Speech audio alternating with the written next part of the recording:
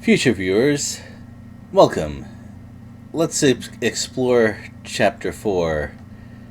Although you might be a little disappointed because the very first thing we see is this. Look at that.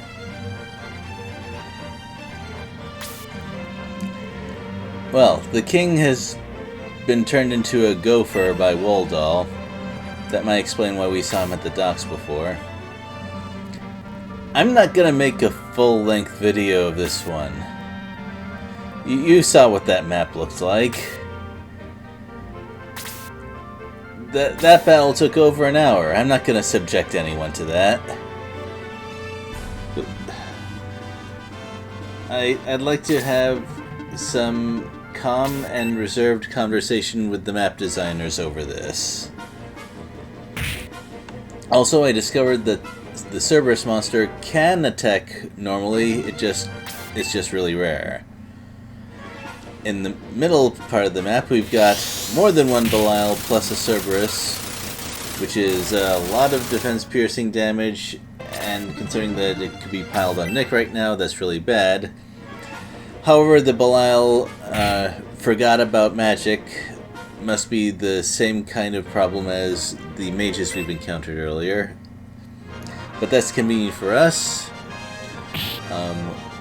because once we do get a turn and start heading back, it doesn't take very long to beat those guys. Lucky hits or no. And it's a good thing things worked out like that, because magic crits are still a thing. Fortunately, breath attacks cannot hit twice anymore, as far as I know. But that could have been bad. On the left side, well, things are going pretty smoothly. We're not facing too many enemies at a time. It's slow going, but it's steady going.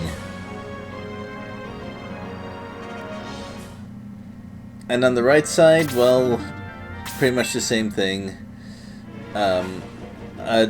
Cerberus Fire Breath hurt a little bit, but this I don't even know what to call it. This Buster Shell, or whatever you wanted to... The Brass Gunner did not do any damage. We've also got Dullahans.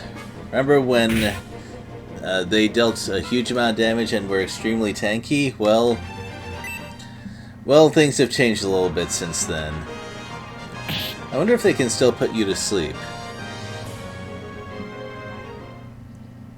It didn't happen during this playthrough, so I'm wondering if maybe that ability was taken away. And, well, a Power Spear wouldn't hit hard enough, but Bolt certainly did. That's a nice holdover. If you remember that the Halberd can do that, you can solve problems where you can't reach the enemy, or... Well, here's another callback. We've got golems showing up in ambush. But if the Dullahans lost their shine a little bit, the golems definitely have. And also, it looked threatening for Gyan, but since he has beast movement and the running Femento, getting away is no problem. Golems don't ignore terrain anymore. And it took some work, but Wendy finally got Blaze 3. She should have learned it 7 levels ago, I think. Or, anyway. That forest makes it a little tough to keep Shining Force formation ready, and also I forgot the Freeze 3 had 3 squares of range, so bad things happened. That's a little bit taxing on the healing resources. And here's a problem that I didn't see coming. I mean, they were able to use the Heat Axe like that, no problem, so why not the Evil Ring? Yeah, that's my fault for not taking a close look at the enemy equipment, right? No ordinary Shining Force formation will deal with Bolt 2, but fortunately, Mayfair had just learned Aura 2. And I could have placed that better. Could have put it in the middle. I did not, though. I think I was a little bit flustered from what happened. Nonetheless, R2 is very nice.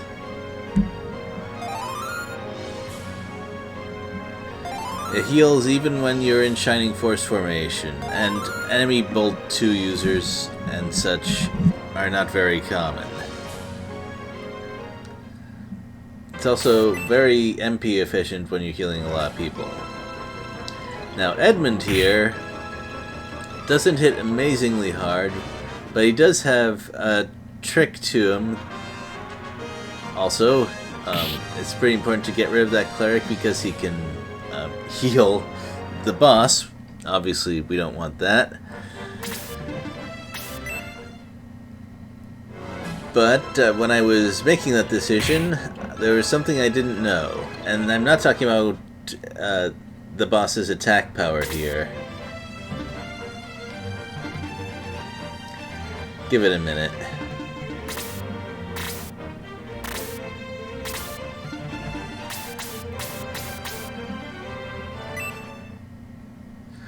Alright. No more enemy healing and no more evil ring. The cleric will heal himself if you hit him, so you can stop him from using the ring like that. The problem is that Edmund moved pretty much right after that.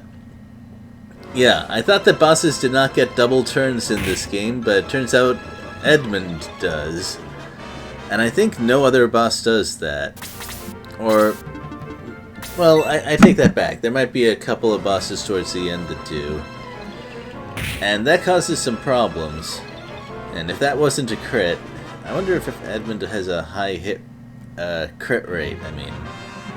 He also has very high defense, so let's use that power ring. And oh wow, that's huge. The power ring is expensive to fix now, by the way. It's not 400 some odd anymore, but in this case, I think it's worth.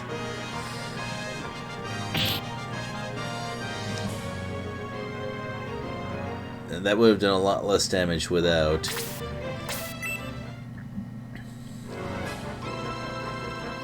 And it's a good thing that Cray has been building up defense with these last few levels, because otherwise this would have been especially bad.